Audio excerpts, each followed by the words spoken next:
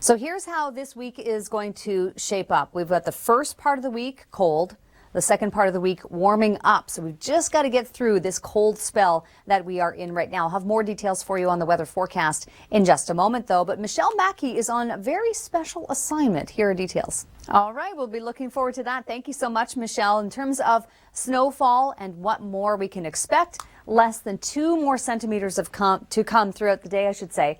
But Kingston, Ottawa, and Montreal, a range of 2 to 5 by the time it's all said and done. We're essentially seeing the backside or the top side of the low pressure system, which originated in the U.S. It's just grazing by southern Ontario, and then off it goes into the Atlantic provinces. But we are going to be seeing some colder temperatures overnight tonight as that ridge of high pressure builds in once again. Cold in the evening in the minus mid-teen wind chills, and then the minus 20s is where it will feel through the overnight, even approaching minus 30 in some cases. Really don't climb that much despite the sunshine and the lack of weather.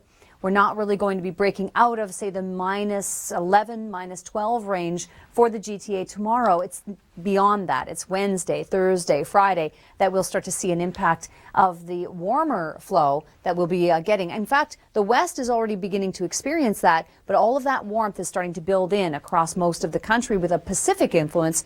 By Saturday in Toronto, we're at 1 degree versus minus 11 for tomorrow, the cold. And then on Sunday, Monday, oh, sure, we might see a little bit of flurry activity coming through, but the temperatures are far, far more moderate than they are into tomorrow. Sheryl and Jacqueline with you for your developing stories. In this segment, we want to talk about who's warm and who is getting cold. We're also going to talk about, did you see snow this morning? There's still some snow to be had out there, and a very snowy East Coast still.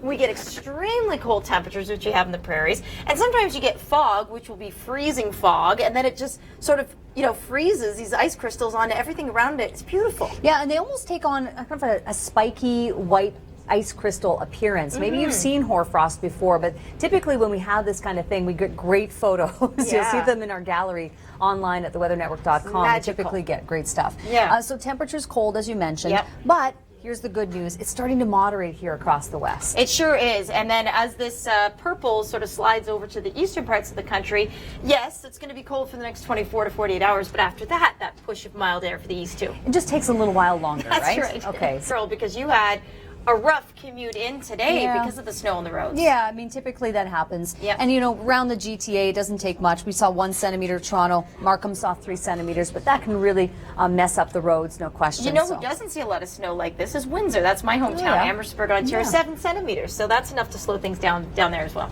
Well, let's take a look at where we are with our extreme cold warnings. Between now and really late day tomorrow, we're going to be in the most of the cold air the coldest air that we see this work week will be had over the next say 24 hours.